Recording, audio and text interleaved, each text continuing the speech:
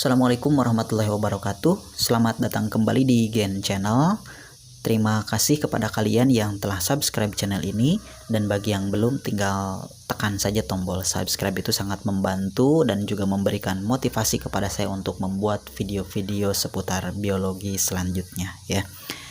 Di video kali ini kita akan coba membahas tentang sistem imun atau sistem kekebalan tubuh. Nah, materi tentang sistem imun ini dipelajari di kelas 11 semester akhir ya.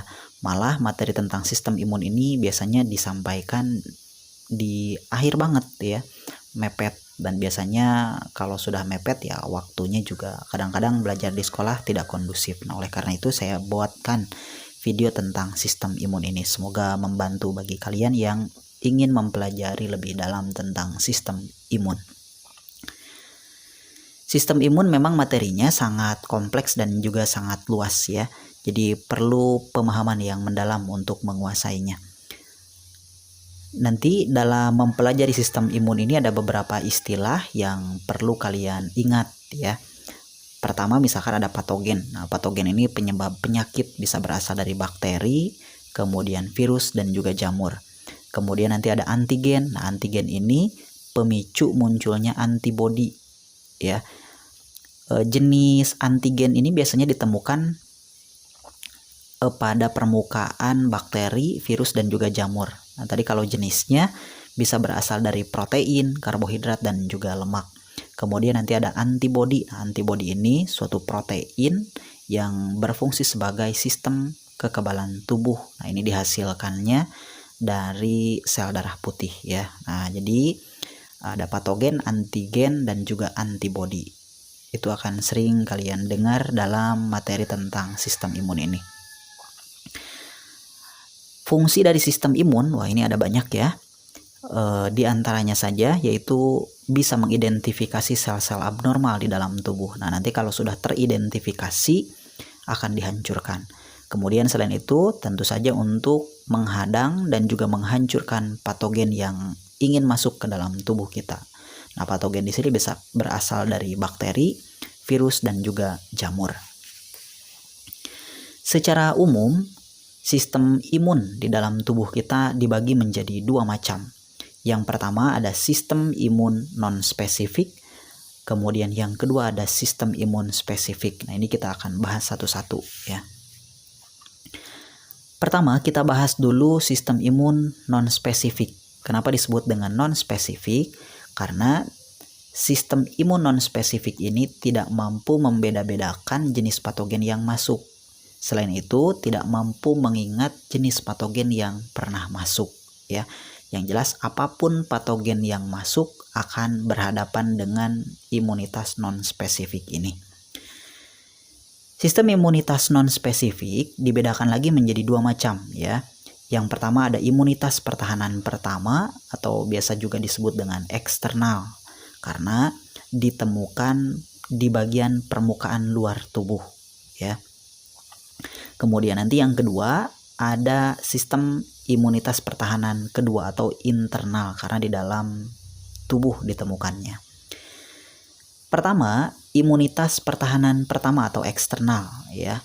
Terdiri dari apa saja? Nah, di sini ada kulit, kemudian ada membran mukosa, kemudian ada sekret yang berasal dari kulit dan juga membran mukosa, serta ada mikroba non patogen.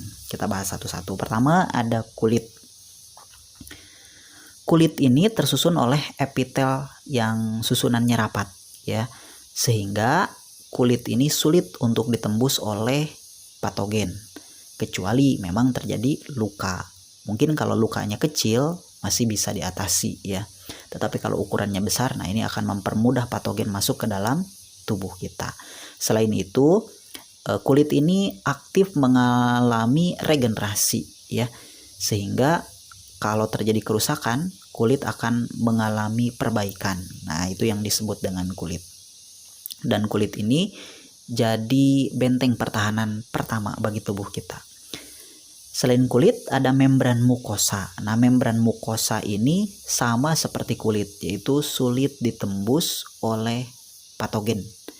Nah, membran mukosa ini banyak ditemukan pada saluran pencernaan, saluran pernapasan atau respirasi, kemudian pada saluran kelamin, dan juga saluran ekskresi. Nah, itu dilindungi oleh membran mukosa.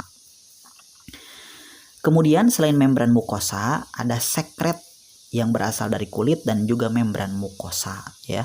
Nah, kalau kulit, di dalam kulit kan ada kelenjar minyak, kemudian ada kelenjar keringat. Nah, selain itu ada atau kulit itu mampu menghasilkan protein antimikroba. Atau tadi keringat dan juga minyak apabila dikeluarkan maka menyebabkan kulit menjadi asam ya. pH-nya kurang lebih 3 sampai 5. Nah, kondisi asam tersebut cukup untuk membunuh patogen yang akan masuk ke dalam tubuh. Selain itu membran mukosa, nah ini mampu menghasilkan cairan kental yang disebut dengan mukus. Nah, mukus ini berfungsi untuk menghambat dan juga membunuh patogen yang akan masuk ya. Selain itu, sekret yang dihasilkan dari kulit, misalkan di mulut ada saliva, kemudian ada air mata.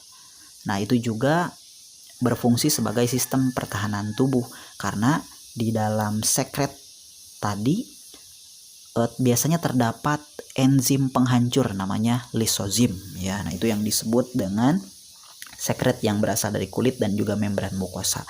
Selain itu ada mikroba non patogen. Nah, mikroba non patogen ini adalah sekelompok mikroorganisme di dalam tubuh tetapi tidak merugikan bagi tubuh, justru menguntungkan bagi sistem pertahanan tubuh. Nah, itulah yang disebut dengan imunitas pertahanan pertama atau eksternal. Yang kedua, pertahanan kedua atau internal ya. Nah, ini terdiri dari beberapa macam. Yang pertama ada fagositosis atau proses menelan dan juga menghancurkan patogen yang masuk. Nah, jadi kalau misalkan ada patogen yang lolos dari sistem pertahanan pertama, maka akan berhadapan dengan pertahanan yang kedua. Salah satunya yaitu fagositosis. Fagositosis ini tentu melibatkan beberapa jenis dari sel darah putih atau leukosit ya. Ada neutrofil dan juga monosit. Dan ada satu lagi yaitu natural killer ya atau pembunuh alami. Nah, kalau ada patogen yang masuk maka akan ditelan oleh jenis leukosit yang tadi. Kemudian di dalam leukosit tadi akan menghasilkan enzim untuk menghancurkan yaitu lisozim. Nah, setelah dihancurkan maka akan ikut mati juga si leukositnya ya. Jadi butuh pengorbanan memang untuk membunuh patogen yang masuk ke dalam tubuh. Kemudian yang kedua ada peradangan atau bengkak. Nah, di sini melibatkan beberapa jenis protein yang dihasilkan dalam tubuh ya. Ada histamin, kemudian ada prostaglandin, kemudian ada interferon. Nah, itu adalah beberapa jenis protein yang menyebabkan terjadinya peradangan atau bengkak. Nah, kalau bengkak misalkan ya, berarti ada jaringan yang rusak. Nah, kalau ada jaringan yang rusak, maka leukosit salah satunya adalah basofil akan mengeluarkan histamin. Nah, histamin ini menyebabkan pembuluh kapiler membesar atau membengkak ya. Atau demam. Nah, kalau demam ini disebabkan karena ada patogen yang masuk. Nah, patogen tersebut akan melepaskan senyawa kimia yang disebut dengan pirogen eksogen. Nah, pirogen eksogen tersebut memacu leukosit untuk mengeluarkan senyawa kimia lagi yang disebut dengan pirogen endogen. Nah, pirogen endogen ini memberikan sinyal kepada hipotalamus untuk menaikkan suhu tubuh ya. Nah, kalau sudah naik suhu tubuhnya maka orang tersebut akan mengalami demam. Sebetulnya demam tersebut menguntungkan bagi tubuh kita dan merugikan bagi patogen. Karena apa? Karena kalau sudah demam, patogen yang masuk akan terhambat metabolismenya sehingga akan terhambat proses perbanyakannya ya, bahkan bisa membunuh. Meskipun bagi tubuh orang tersebut juga merasakan dampaknya. Selain suhu tubuhnya meningkat, biasanya akan mengalami mual, kemudian kepala pusing, menggigil, bahkan bisa mengalami kejang-kejang ya. Tapi ya itu adalah salah satu respon dari sistem kekebalan tubuh. Kemudian ada lagi selain histamin dan juga prostaglandin, ada interferon ya. Interferon ini adalah protein yang berfungsi untuk melawan, yang dikeluarkan untuk melawan virus ya. Itu yang disebut dengan peradangan atau bengkak. Kita juga sudah bahas tentang demam ya. Yang ketiga ada protein antimikroba. Nah, kalau protein antimikroba ini banyak sekali jumlahnya dan ditemukan pada plasma darah biasanya ya. Ada sekitar 20 jenis protein antimikroba ini, atau kita kenal dengan komplement. Nah, si komplement ini tidak aktif, bisa aktif apabila ada patogen yang masuk. Nah, biasanya kalau sudah aktif, protein komplement ini akan membuat pori-pori dan akan melubangi bagian permukaan dari patogen sehingga nantinya akan dihancurkan. Nah, itulah yang disebut dengan sistem imunitas non-spesifik ya. Jadi ada sistem imunitas non-spesifik pertahanan pertama dan juga pertahanan yang kedua, masing-masing ada banyak bagiannya lagi. Nah, selanjutnya kita akan bahas tentang sistem imunitas spesifik.